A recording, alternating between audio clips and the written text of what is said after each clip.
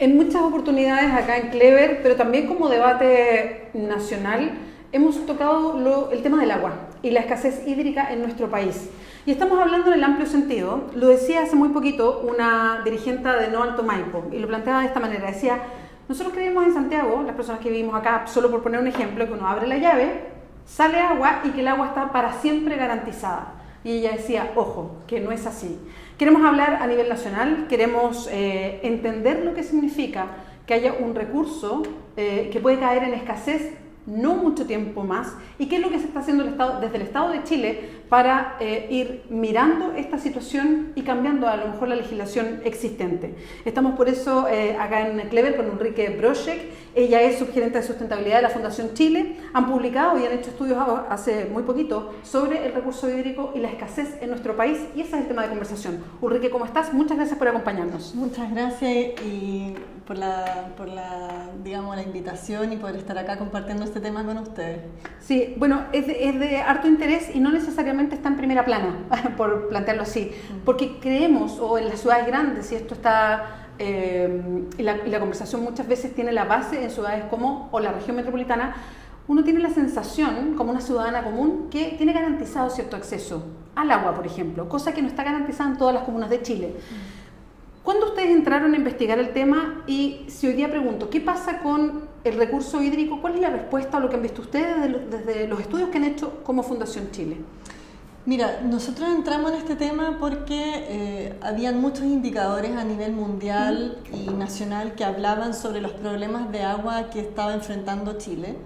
Y por otro lado también había muchas actividades productivas que se estaban proyectando y que buscaban también abordar el tema de alguna manera para ser sostenible a futuro.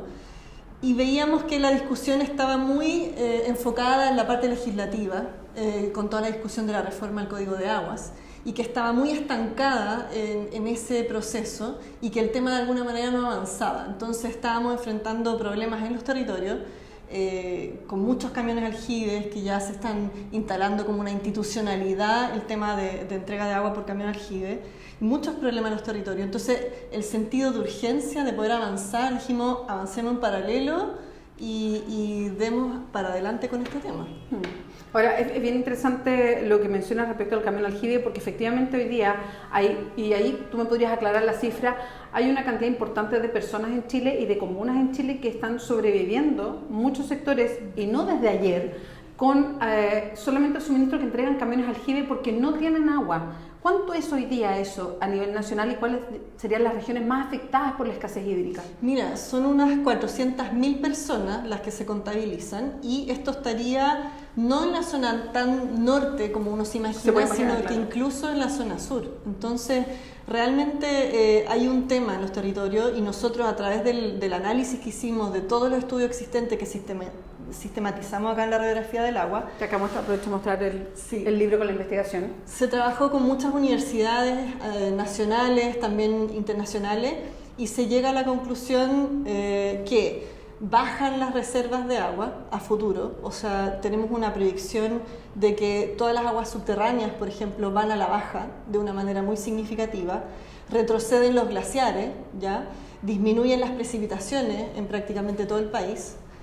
Y esto viene ocurriendo de manera histórica, ya como una tendencia, y por otro lado también aumentan las temperaturas, y eso ya se está empezando a evidenciar acá en Chile. Entonces, el cambio climático es uno de los desafíos más relevantes que estamos enfrentando hoy como humanidad, y Chile es uno de los países más afectados y más vulnerables. ¿Y en qué? En el tema de la disponibilidad hídrica.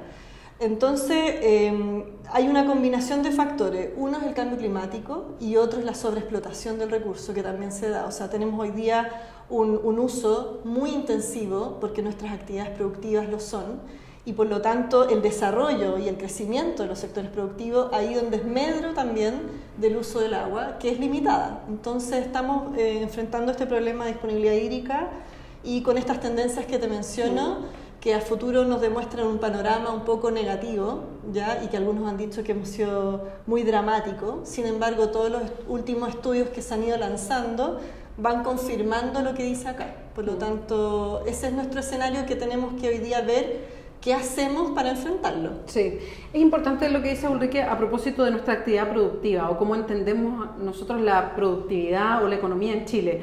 Hoy día somos exportadores de materias primas y para generar esas materias primas, para poder llevar adelante esas exportaciones se necesita mucha agua. Entonces uno de repente pone en las balanzas, uno dice la minería, y aquí yo no estoy diciendo que cortemos la minería porque es valiosa para Chile, pero la minería significa tanto para nuestro presupuesto nacional.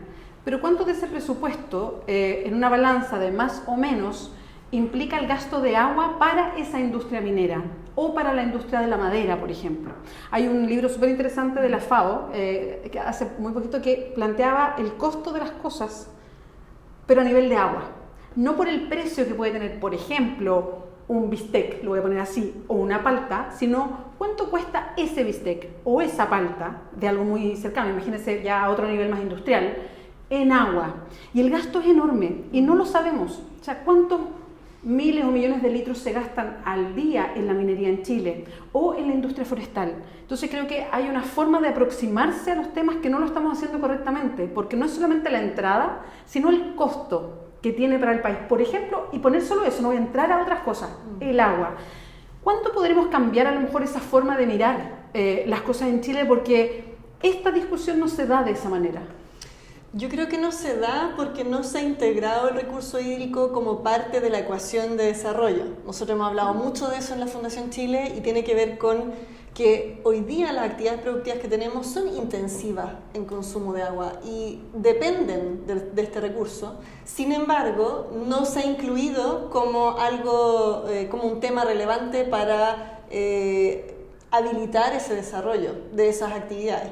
Entonces, hoy día, cuando es limitante y que se agudiza por los efectos del cambio climático, entonces nos rebota el tema de alguna manera y hoy día está limitando el desarrollo productivo. Entonces, hoy día, por ejemplo, se ve una migración de la agricultura hacia la zona sur, producto de la falta de agua. Notoriamente. Notoriamente. La actividad minera hoy día es como la única que permanece en la zona norte.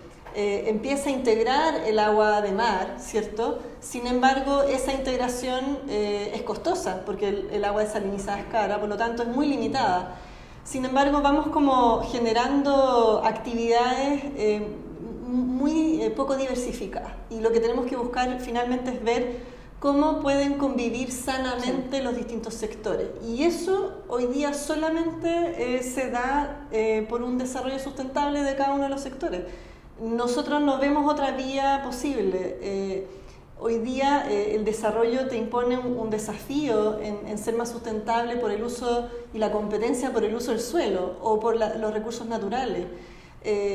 Frente al desarrollo que han tenido las actividades que basan su desarrollo en recursos naturales, se ven limitadas porque los recursos son limitados. Entonces, eso impone el desafío de ver, bueno, cómo se sigue desarrollando y sosteniendo, porque frente a la baja del agua hoy día incluso tenemos dudas si la actividad actual se va a poder sostener a futuro, y hablamos de ser potencia alimentaria, hablamos de ser exportadores de cobre, de litio.